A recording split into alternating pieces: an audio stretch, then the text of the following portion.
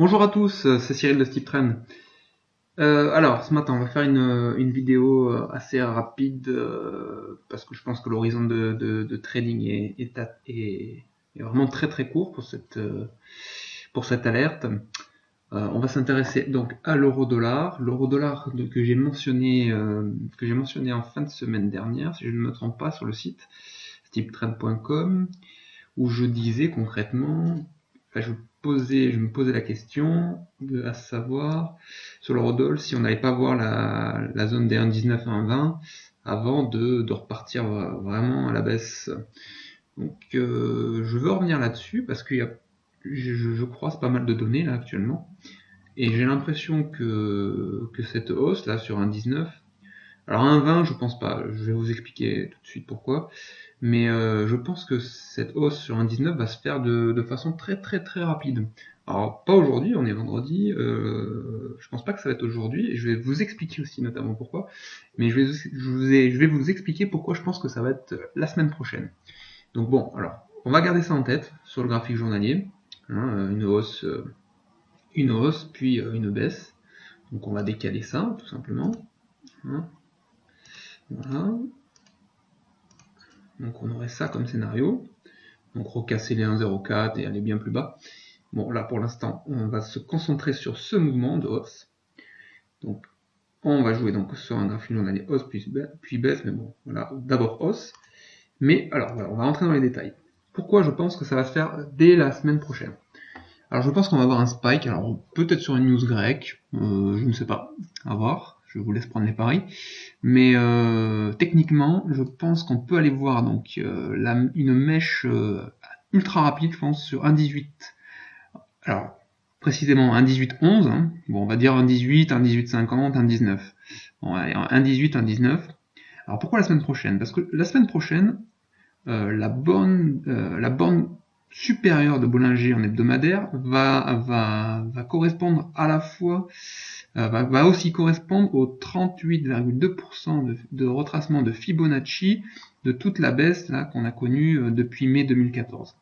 Donc ça va faire alors, je pense qu'on est obligé d'aller les chercher cette zone là, mais que cette zone là va constituer une zone de vente superbe parce que je pense qu'on va avoir le droit à un énorme spike puis un retour baissier assez prononcé et reprendre le fil, le fond de la tendance baissière. Donc si on veut vraiment être précis, voilà ce que je jouerai. C'est vraiment un spike très rapide la semaine prochaine. Hein. Donc je mets une droite à la verticale. Hein. Voilà. On va jouer quelque chose comme ça. Pour derrière, repartir tranquillement à la baisse. Enfin, tranquillement. Ça va pas se faire dans la semaine. Hein. Dans la même semaine, on va pas faire à la fois le spike et revenir à un 0,5. Hein. Je pense que ça, on va avoir le droit au spike, revenir vers quelque chose comme un 11, un 10, et puis derrière reprendre la baisse. Donc on va prendre quelque chose comme ça. Voilà. Donc quand ça me semble assez clair comme ça, là pour moi ça me semble vraiment assez clair comme scénario. Ça paraît vraiment voilà, ça paraît vraiment très clair et bon, pas facile parce que ça serait prétentieux, mais il y a vraiment tout qui colle là. Et pourquoi aussi? Ouais, alors un autre argument aussi. Donc bon, on a cette double zone là, qui va correspondre à la fois à la Bollinger supérieure en hebdo et au 38,2 de retracement. Donc je pense qu'on va spiker dessus la semaine prochaine, repartir à la baisse. Et ce qui nous permettrait à la fois aussi, ce mouvement, je pense qu'il va nous permettre d'aller chercher la zone de support qu'on a besoin d'aller tester sur l'or, mais en euros cette fois, pas en dollars.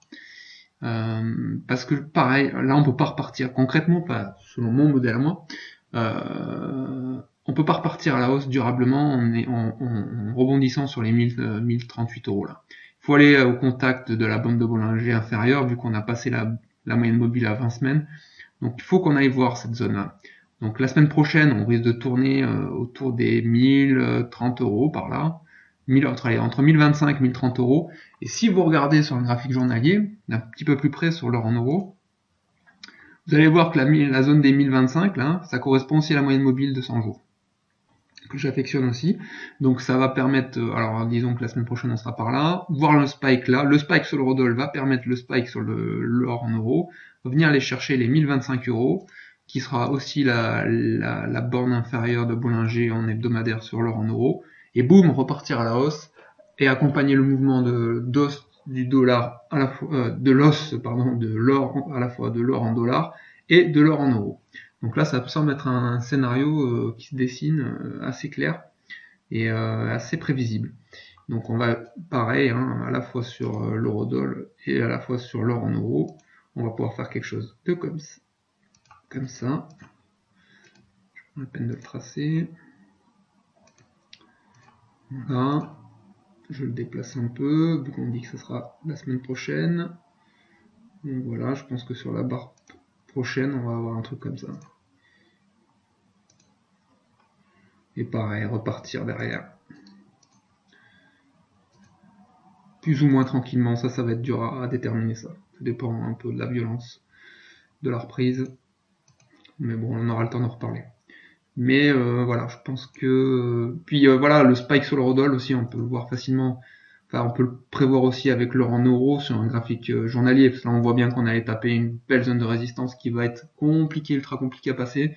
Là, avec la moyenne mobile à 20 jours, ce qui est donc le premier test de la moyenne mobile à 20 jours, et la façon dont on monte un peu en dents de scie, ça m'étonnerait que ça soit un bottom et qu'on traverse cette zone-là, la zone des 1080 euros. Donc je pense que pareil, boum, on va être obligé de repartir à la baisse pour aller tester donc cette zone des 1025 euros à peu près. On n'est pas à 1 euro près là, c'est dur à vous donner le chiffre exact, mais c'est la zone, hein, 1025 on va dire, on va arrondir par là, pour repartir à la hausse après.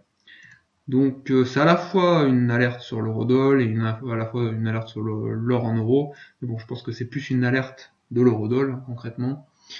Donc je vais remettre juste le graphe de l'eurodoll. Donc gardez bien en tête qu'on peut aller voir la zone des 1,18, 15, voire 1,19 avec un énorme spike la semaine prochaine. Je pense pas que ça soit aujourd'hui. Peut-être dès le début de la semaine prochaine, si on a une news ce week-end. Et derrière repartir à la baisse. Voilà, gardez ça bien en tête. Et on annulera la tendance de fond baissière sur l'eurodoll si on clôture vraiment au-dessus d'un 20. Mais c'est clairement pas le scénario joué là. C'est pas mon scénario. Je pense vraiment qu'on va faire ce spike et derrière repartir à la baisse et voir on va repasser sous la parité 1 pour 1 parce que le graphique mensuel il est vraiment c'est pas en béton mais enfin là c'est du lourd là ce qu'on a validé là en janvier 2015. Donc là c'est juste un pullback pour repartir à la baisse et enfin pour moi l'eurodoll ça va faire quelque chose comme ça. Hein.